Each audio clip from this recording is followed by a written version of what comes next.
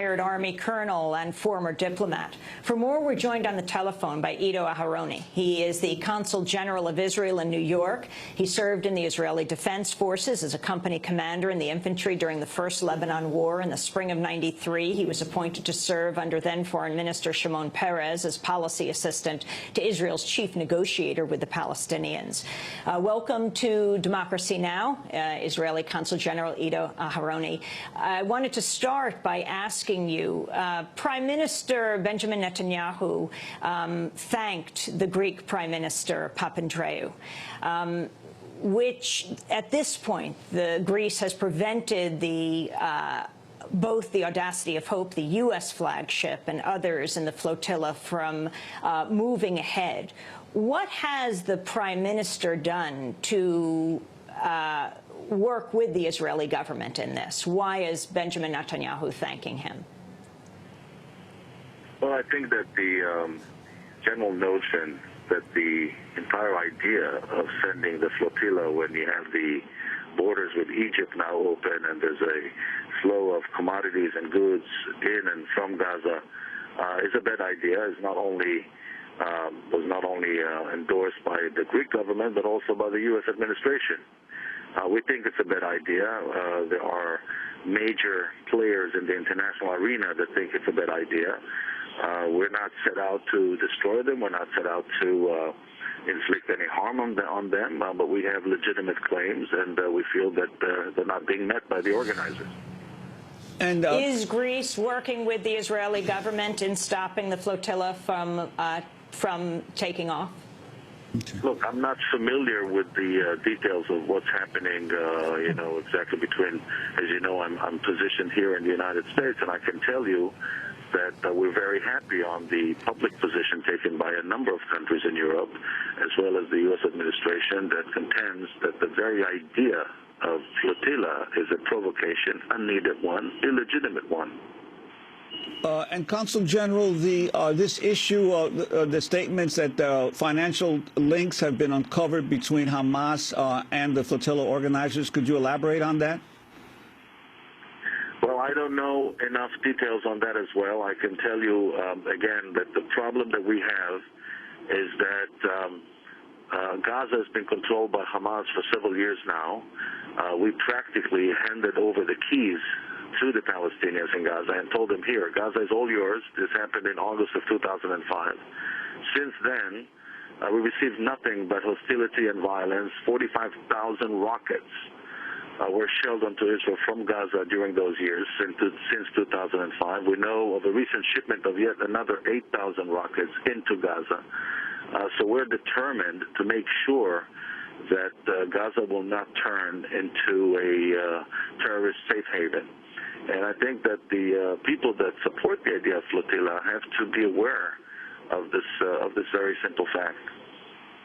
I wanted to ask you about the Israeli newspaper Ma'ariv, which quoted several unnamed members of Israel's security cabinet as saying the army's claims were media spin and public relations hysteria, saying security cabinet ministers were given no such information when they were briefed on the flotilla this week. That is information about arms, about chemical use that's expected. Anything like that?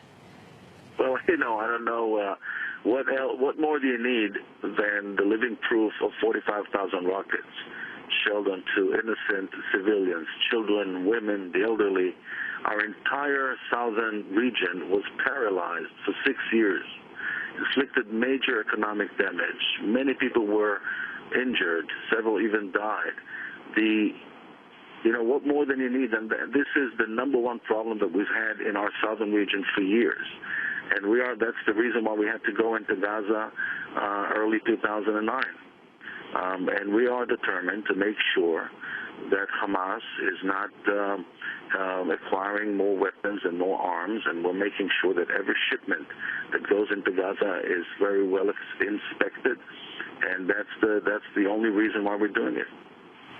Consul General, the organizers of the flotilla have raised these issues that several of their ships have been sabotaged, and they believe that Israel would be the only one who would be interested in doing that, and they believe that Israel's behind it. Can you say publicly that Israel has not been involved in any kind of sabotage attempts on these ships?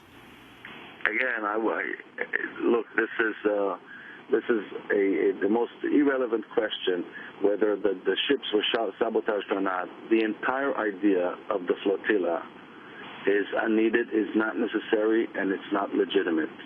If they are interested in providing aid to Gaza, there are ways to do it through international organizations. They can do it directly with Israel. They can actually do it through Egypt. They were invited by the Egyptian government to the port of El Arish, but for some reason, the organizers are determined to turn this into a media event and to create a provocation that is unneeded and will endanger the lives of all the people involved, and there's no need to do that.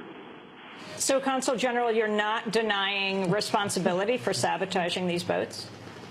Well, I don't know the details. I have no idea what the organizers are claiming. I haven't seen any of those claims, but I can tell you that, again, the whole idea of the flotilla is unnecessary, and we have no interest in dealing with it, and hopefully the flotilla will not be on its way to Israel. Let me ask you another question, and it's about the journalists. The Israeli government has said that journalists who cover the flotilla will be banned from Israel for 10 years. Why? I think that this statement was reversed by the government, which issued another statement that said that journalists are more than welcome to board the ship. They have nothing to hide.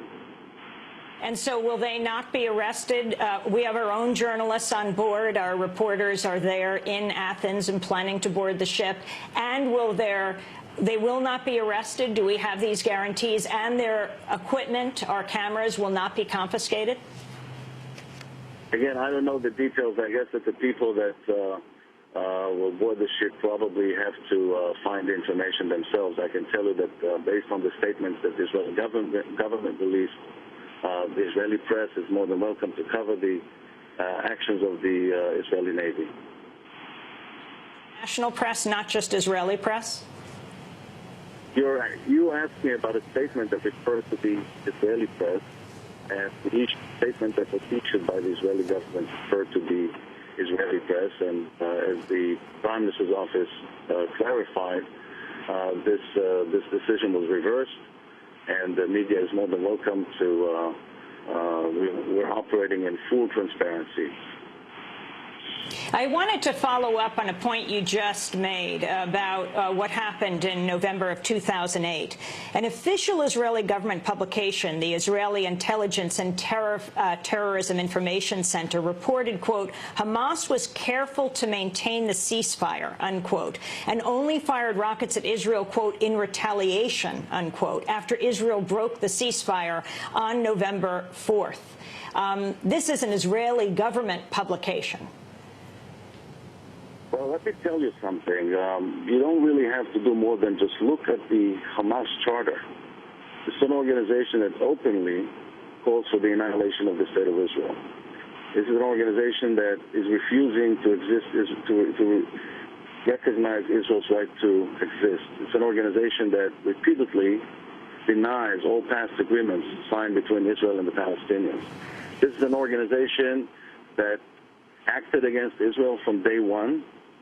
I don't think we need to prove that. This is a position embraced by the... But the people on board the ship are people like, the 87-year-old Holocaust survivor Hetty Epstein, the Pulitzer Prize-winning novelist Alice Walker, the well-known labor lawyer Richard Levy, and others. These are the people who say that they are trying to challenge the blockade of Gaza, which brings me to this question, Consul General. Is Gaza occupied by Israel? The people that participate in this flotilla have to know what they're doing and which organization they're endorsing.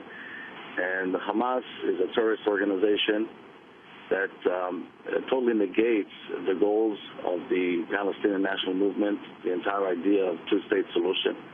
It's an organization that resorts to violence any opportunity they're given. And I would certainly urge them to learn more about Hamas before they participate in this flotilla. And thank you so much. And unfortunately, I can't continue with this interview because I have another engagement. Thank you so much. But just that follow-up on, is Israel occupying Gaza? Because it goes to the issue of whose waters are off of the coast of Gaza.